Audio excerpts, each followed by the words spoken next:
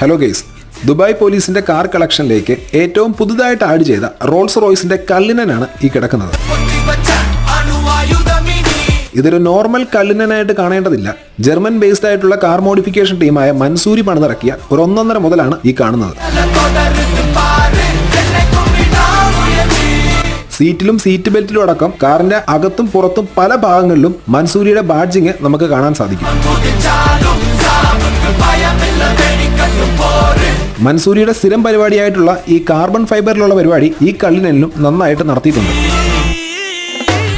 9ാം number plate ആണ് Dubai police അവരുടെ കള്ളിനന് നൽകിയിരിക്കുന്നത്. 610 HP മൻസൂരി അപ്ഗ്രേഡ് ചെയ്തിട്ടുള്ള ഈ കള്ളിനന്റെ മാക്സിമം സ്പീഡ് വരുന്നത് 280 km/h ആണ്. ആൻഡ് 0 to 100 കയറാൻ ഇവന് വേണ്ടി വരുന്നത് only 5 seconds.